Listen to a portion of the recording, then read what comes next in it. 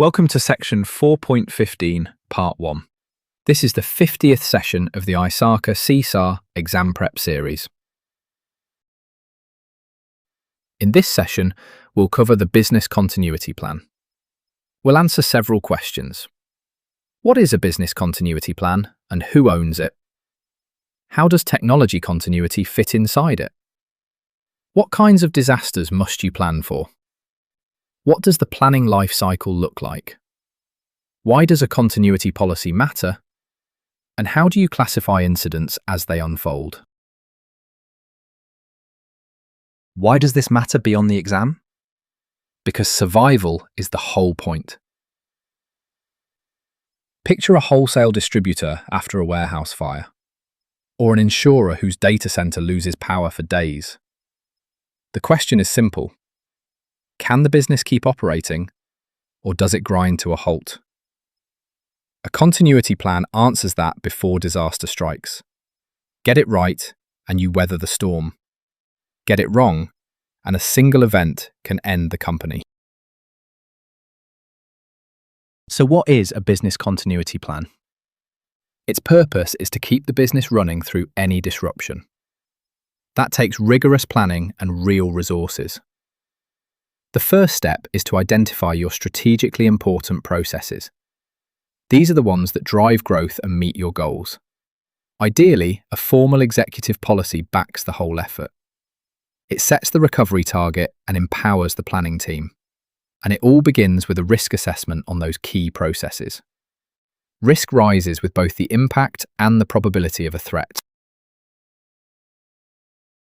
What does that risk assessment actually identify? 4 things in plain terms. The resources that support your key processes, including third parties. The vulnerabilities and threats facing the organization. The estimated probability that each threat occurs. And how well your existing controls actually work. Together, these tell you where you are exposed. Who owns the continuity plan? Senior managers carry that responsibility.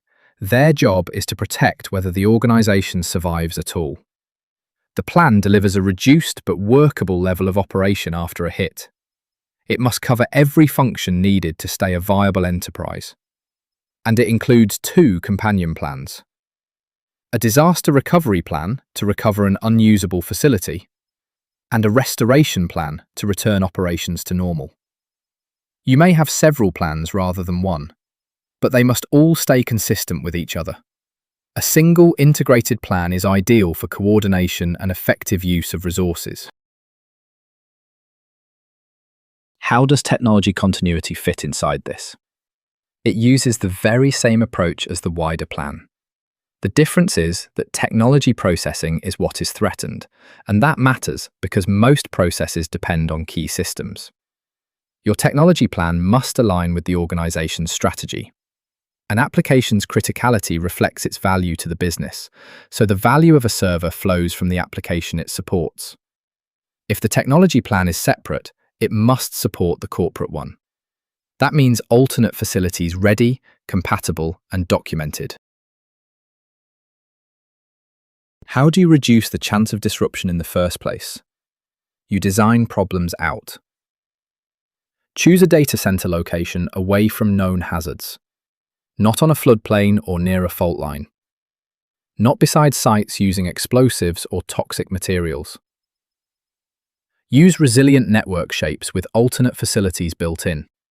The plan draws on whatever countermeasures you have, duplicate facilities, redundant networks, and data replication. All of this starts from the dependency map in your risk assessment. How does the impact analysis feed the technology plan? It quantifies what a disruption really costs. The analysis shows your maximum downtime and possible data loss. It shows how losses grow as the outage continues. That guides which technology and facilities you invest in. You can express the risk qualitatively or in monetary terms. The results feed your continuity strategy and its roadmap. And because infrastructure changes, you retest the plan periodically. One sobering reminder, recovery often happens in stressful, chaotic conditions. Security controls may not even function, so maintain a security management system for both normal and abnormal times. And remember, a third-party outage may be out of your hands entirely. What kinds of disasters must you plan for? Disasters make critical resources unusable for a time. That window might be minutes or months. Some come from nature: earthquakes, floods, storms, and fire. Some come from lost services, like power or telecommunications. And many are caused by people: terrorist attacks, hacking, and simple human error. Watch out for creeping disasters too. A slowly degrading database draws only the odd complaint, until one day it halts entirely. The help desk is often your early warning system. What special cases deserve their own thinking? 3 stand out. The first is pandemic planning. A pandemic spreads disease rapidly across wide areas. Its scale and duration are far harder to predict than a normal disaster. So evaluate your organization's readiness separately. The second is damage to image and reputation. Rumors can be devastating, with or without a real crisis. Appoint one trained spokesperson in advance. No one else should make public statements, whatever their rank. Keep a generic announcement ready and never assume liability. The third is black swan events. These are rare surprises with a major effect. You cannot truly plan for them. But for critical operations, you should still consider contingencies. One simple example is barring senior executives from traveling together. What does the planning life cycle look like? Think of 3 connected stages. First comes the business impact analysis. Then comes continuity strategy development. And finally comes strategy execution, where you put countermeasures in place. Each stage feeds the next in a continuous loop. Why does a continuity policy matter so much? Because it sets the scope and the mandate. Top management approves it. It defines how far the continuity effort reaches. It has an internal message and an external one. Internally, it tells staff the company is committing resources. Externally, it tells regulators you take your obligations seriously. It empowers the people responsible, and it states the principles like using a risk assessment and impact analysis. A good policy is proactive. It promises to detect, prevent, and mitigate disruptions. Remember, the continuity plan is your most critical corrective control. It leans on others, like incident management and backup. How do you classify incidents as they unfold? Incidents are dynamic, so your response must be too. An incident is any unplanned occurrence, even a harmless one. Sort each one by the damage it could cause. A negligible incident does no real harm, like a brief outage on backup power. A minor incident has little material impact, like one office losing internet. A major incident hurts business processes, like a ransomware attack, and a crisis seriously threatens the whole organization. Classification can change as events move. A major incident may shrink, then later grow into a crisis. Severity is driven largely by estimated downtime. A cautious approach assigns any real incident a provisional middle severity. Then a response team re-evaluates it regularly, and the security officer is notified as soon as a triggering event occurs.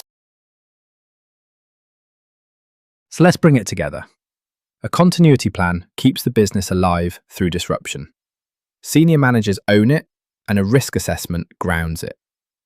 Technology continuity uses the same approach and supports the corporate plan. Plan for natural, human-caused and creeping disasters alike. Give pandemics, reputation, and black swans special thought. Follow the life cycle, anchor it with a policy, and classify incidents as they shift. Master this foundation, and the rest of continuity planning falls into place. The MCQs covering all the topics and concepts from this session are available on RooCloud.com. Practice the chapter-specific MCQs before moving on to the next session. Thanks for watching. If you have any questions or feedback, post a comment below or email us. I will see you in the next session.